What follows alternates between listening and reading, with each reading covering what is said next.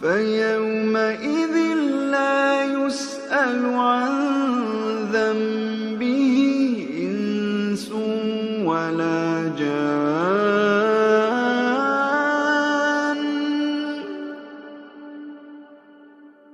فبأي آلاء ربكما تكذبان.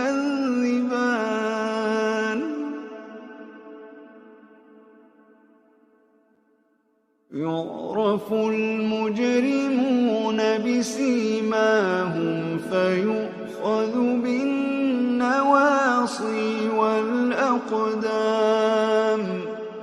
فبأي آلاء